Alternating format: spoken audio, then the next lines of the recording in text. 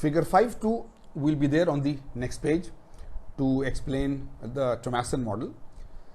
He considers a two-dimensional case, right, rather than a full 3D, that would be much more complex mathematically. Cylindrical voids are growing in a material subject to plane strain loading, and plane strain means that the third stress is 0. Sigma epsilon 1 is there, epsilon 2 is there, and one of the strains is gone. In plane dimensions of the voids are 2a and 2b, and the spacing between the voids is 2d. We will see that. The row of voids is stable if this condition is satisfied. Sigma nc into d upon d plus b is greater than sigma 1. Sigma 1, remember, is the maximum principal stress, because sigma 1, sigma 2, sigma 3 are the principal stresses. Sigma 1 is the highest, sigma 2 is the second, and sigma 3 is the lowest. Fracture occurs, this is the row of voids is stable in this case. Fracture occurs in the opposite case when it is not stable, right?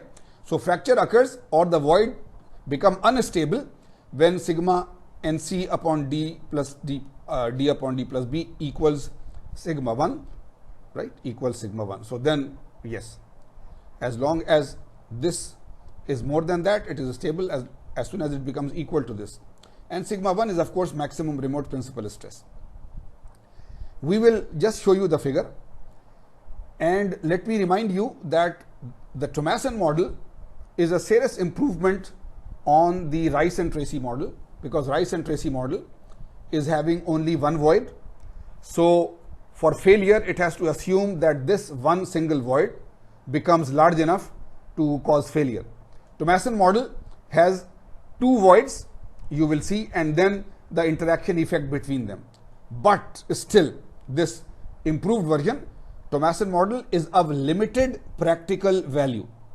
Void interactions leading to ductile failure are far too complex to be captured by a simple area reduction model. So you see, this is how mathematical development of physics theory and mechanics keep on going on. That you have the physical reality of fracture happening, and you have microscopic pictures and fractographs and so on, and you try one theory and then you try to improve it and so on, and it is much better than having nothing, but still this is too simplistic compared to the real complex physical situation that is happening. So this is it. So you see, now it is this, that there is the same infinite type of plate, and we have two flaws, right?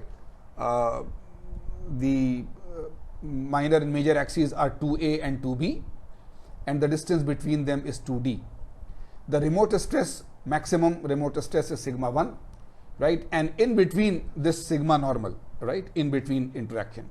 So the limit load model for void instability, failure is assumed to occur when the net section stress, right, sigma n, right, net section stress between the void reaches a critical value. So sigma n happens at any time.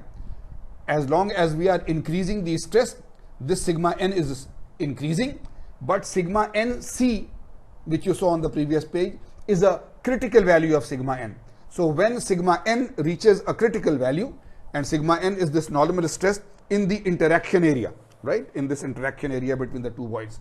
So this was the theory, and the equation was there of stability and unstable crack growth. So for the time being, we have historically traced, right, that what are the mathematical theories, but let us now talk of ductile crack growth. Same thing, continuing in a way. So we will show in the next figure a schematic illustration of microvoid initiation, growth and coalescence at the tip of a pre-existing crack. We have explained to you earlier also many times, right? But once again, as the cracked structure is loaded, cracked structure means there is a crack already there, it is loaded. Local strains and stresses at the crack tip become sufficient to nucleate voids.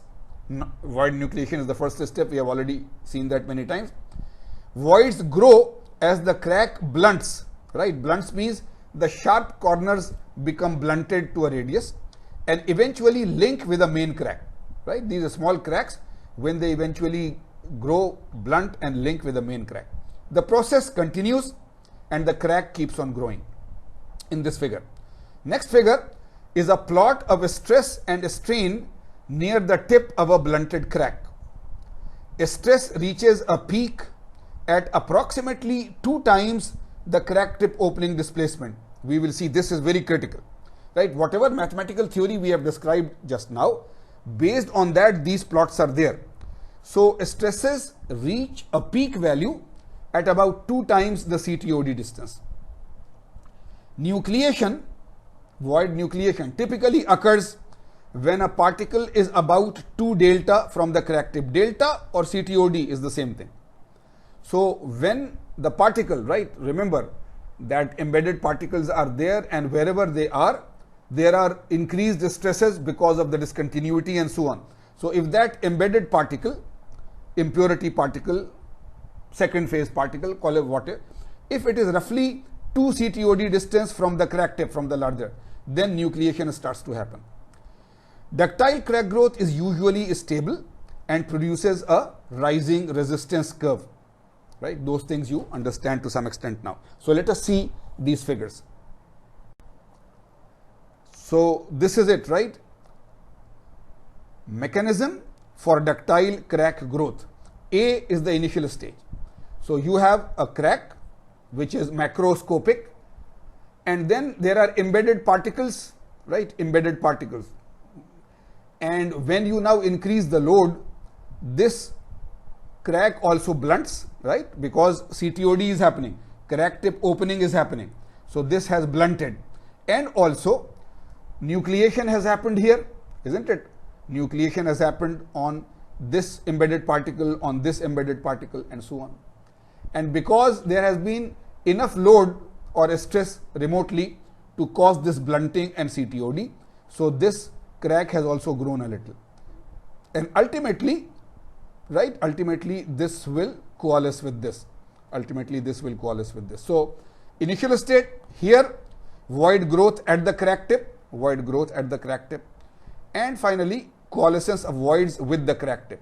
So if you see loads were increasing, the blunt crack, the sharp crack became blunted, and near the embedded solid particle there was a void nucleation, and then the voids were growing and they coalesced with the main crack. And by the time this coalesced with the main crack, the other crack which was nucleated has already grown, and after some time this will also coalesce. So you see, the crack will progress, the crack will progress, and it will keep on happening until ultimate failure, right? So this scientifically, mechanistically, it appears to be a very valid theory, right? And if you could describe the mathematical formulation of this even at a basic scale, then you can do the mechanism. And this was the result, right? So forget about whether it is Tracy model, whether it is the other model, and so on. But after all the discussion until now, this is the result in a graphical format. So if you understand this to some extent, then there would be quite a nice thing, and so on. So a stress and a strain ahead of a blunted crack, right? There was a sharp crack, and then after applying the loads, CTOD, crack tip opening happened, and the sharp crack became blunted. But here is the tip of the blunted crack. Here is the tip of the blunted crack.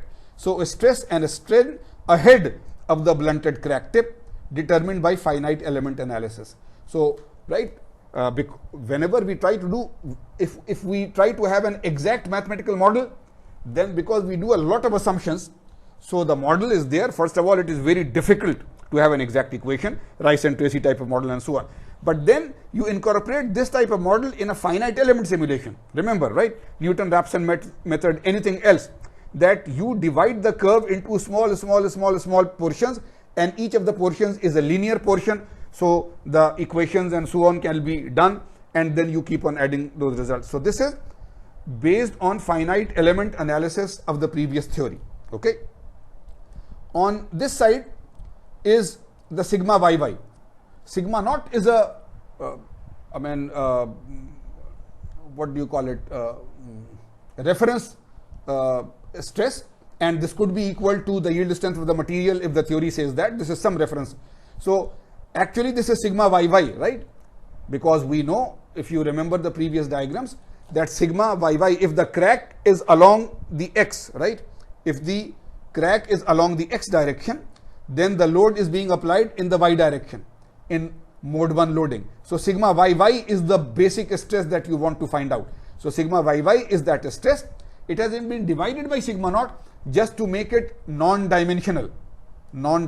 So these are just numbers now, right? Similarly, in the theory, r into sigma naught, r is the distance from the crack tip, if you remember, right? That if this is the crack tip, then r distance here, or r distance here, or r distance here, right? So you are along this, so this is the distance, and this is again that reference thing, and divided by j. So this will also be non-dimensionalized value.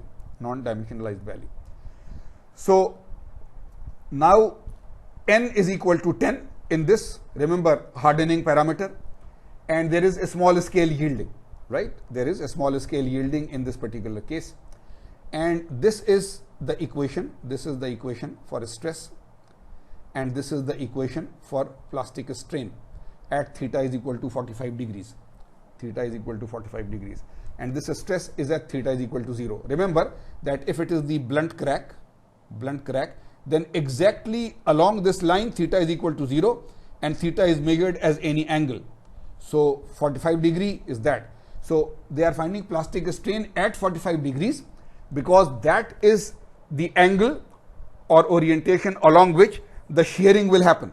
So the maximum strains will be along the 45 degree line. So plastic strains they are measuring along that maximum line, but stresses they are measuring along the 0 line, right? So you have on this side, the sigma yy. On the other side, you have the equivalent von Mises strain. So, right, so you can plot the stress against this value, or you can plot the strain against this value, isn't it? So that is why there is this equation for stress and this equation for strain. So this is the result of the theories that we discussed, and in the end we said that even the improved Thomasson model was not of a lot of practical utility, because the mathematical solution would be very tough, especially if you change some parameters. So rather than that, all those theories are built into as a background mathematical physical model into a finite element thing, and then from there we are deriving this. So now this chart is there, and if some of the values are given, then the other values can be right. For example, at this ratio equal to 1, if you want to find the stress, then you go there and you find it. Or if the stress is given, then you want to find, right? So if one thing is given, then you find the other. If the other is given, you find. Similarly with the strains and so on. So these charts are remarkably good, because again the engineers do not want to solve complex mathematical equations if that can be avoided. So if somebody has already done that and produced this as a chart, then this is brilliant to be used in the field directly, right? So I will continue, but I am just putting back here the slides of the crack tip opening displacement, so that if you had forgotten anything, then we are revising that for you quickly.